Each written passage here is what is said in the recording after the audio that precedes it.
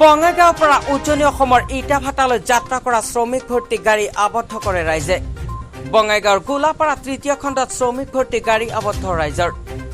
স্থানীয় ৰাইজ আৰু ইটাভাটাৰ চৰ্দাৰৰ লগত তৰ্কাতৰ্কি। গোলাপাৰা বাংলাপাৰা গণবিন্যা আদি অঞ্চলৰ প্ৰায় 50 জন শ্ৰমিক মহিলা শিশুসকলক লৈ উজনি অসমলৈ যোৱাৰ যোজা কৰা সময়তে ৰাইজে আবদ্ধ কৰে। মুখ্যমন্ত্ৰীয়ে যেতিয়ালৈকে মিয়া শ্ৰমিকৰ নিৰাপত্তা সুনিশ্চিত নকৰিব তেতিয়ালৈকে উজনি অসমলৈ মিয়া শ্ৰমিক যাবলৈ নিদিব বুলি কয় স্থানীয় ৰাইজে। উজনি অসমৰ লখিমপুৰ জিলাৰ বিশালী থানাৰ অন্তৰ্গত বৰগাং ইটাভাটাত যোৱাৰ উদ্দেশ্যে গাড়ীখন ৰাওনা হৈছিল। আমচুৰ ভূমিকালৈ প্ৰশ্ন সচেতন ৰাইজৰ।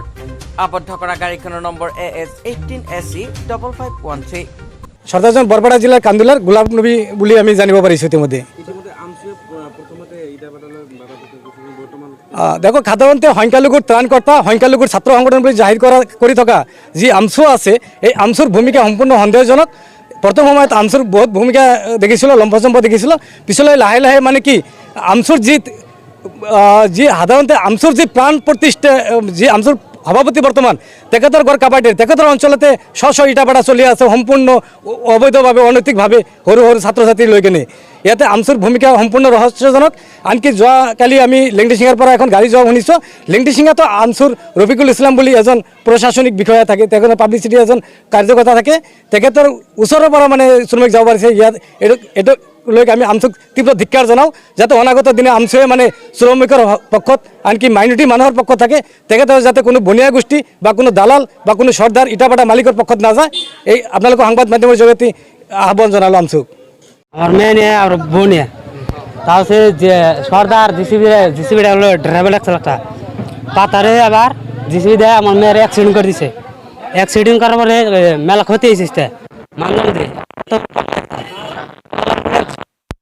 তুমি সে আঙ্গবার দেওয়ানি রে কইছি কোনো গার্জেন জানাই গুরুত্ব জানাই কয় কোন দেব না অন্তরে আমার মেয়ের এক পা খাড়া হয়েছে অন্তরি ভাড়ার ভাড়ায় ক্ষতিপূরণ দেওয়া নাই।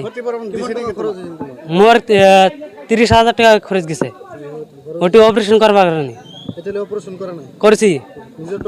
হ্যাঁ নিজের টাকা দিয়ে করছি। মালিকে দেওয়া নাই, সর্দারও দেওয়া নাই। সর্দারও কইছি মই সর্দার দেওয়া নাই, তার ভাড়াতেও ভাড়ার ভাড়ায় ধরছি মই। তাও কয় হে মানা করেছে, কয় এখন আওয়া এনেকা মানা করে আছে। সর্দার নাম হলো গোলাপ নবী। হয় এতে মানুষ আজি লয়ে আছে। হয় সেইজন মানে লেবার দেয় আছে আজি। মই দাবি জানাইছো মোর বেটির কিবা একটা করবার লাগবো, ক্ষতিপূরণ করবার লাগবো। মোর বেটি আজও ইমান দূরি অন্তরি এক পাও খাটে হয়ে আসছে। হ্যাঁ খোঁজ করা অসুবিধা হয়েছে। সাবাস একটা গন্ডগোল আছে দেশে, ওটা আমরাও জানি যে মানুষের যাইবার দেনা ফলনা তাইসকে নানান কয়। আমরা মালিকের কাছে কইলাম, পরে মালিকে কি করছে সব বিধি ব্যবস্থা যে কোনো ব্যবস্থা করে সব বাটা মানুষ নিয়ে গেছে। বছর একটা বাচ্চা জিসিবির হাতে লাগছিল, কথা বুঝেন। লাগার পরে আমি পয়সা পাতি দিয়ে ওষুধ পাতি দিয়ে নিয়ে ওরা বাড়িতে আইলো। আহার পরে কোনো অসুখ নাই। এখন ওরা কইতাছে যে অপারেশন করা লাগবো, ফলনা করা লাগবো। তাই শুনে অপারেশন তো ওরা করে নাই, আমরা তো ওটা জানি না। যেহেতু কোম্পানি থেকে আইসা পড়ছে, আমি আমার নিজের গাড়ি থেকে মালিকের পরের থেকে 3,000 না 4,000 টাকা নিয়ে ওষুধপাতি কিনে দিয়ে দিলাম। সব মানুষই আইলো, কোনো কমপ্লেন নাই। এখন আজকে এই 1 বছর পরে যদি এই কমপ্লেনটা উঠে তাহলে তারা এটা কিন্তু করার কথা। হ্যাঁ আমার ভাড়া গেছিল। হ্যাঁ এটা গেছিল, যেটা মিছা কথা করলাম নাই বুঝছেন না, আমার ওটা মিছা কথা করলাম নাই আজকে। হ্যাঁ এটা তো আমি বলে লওয়া না, সবই লই আছে।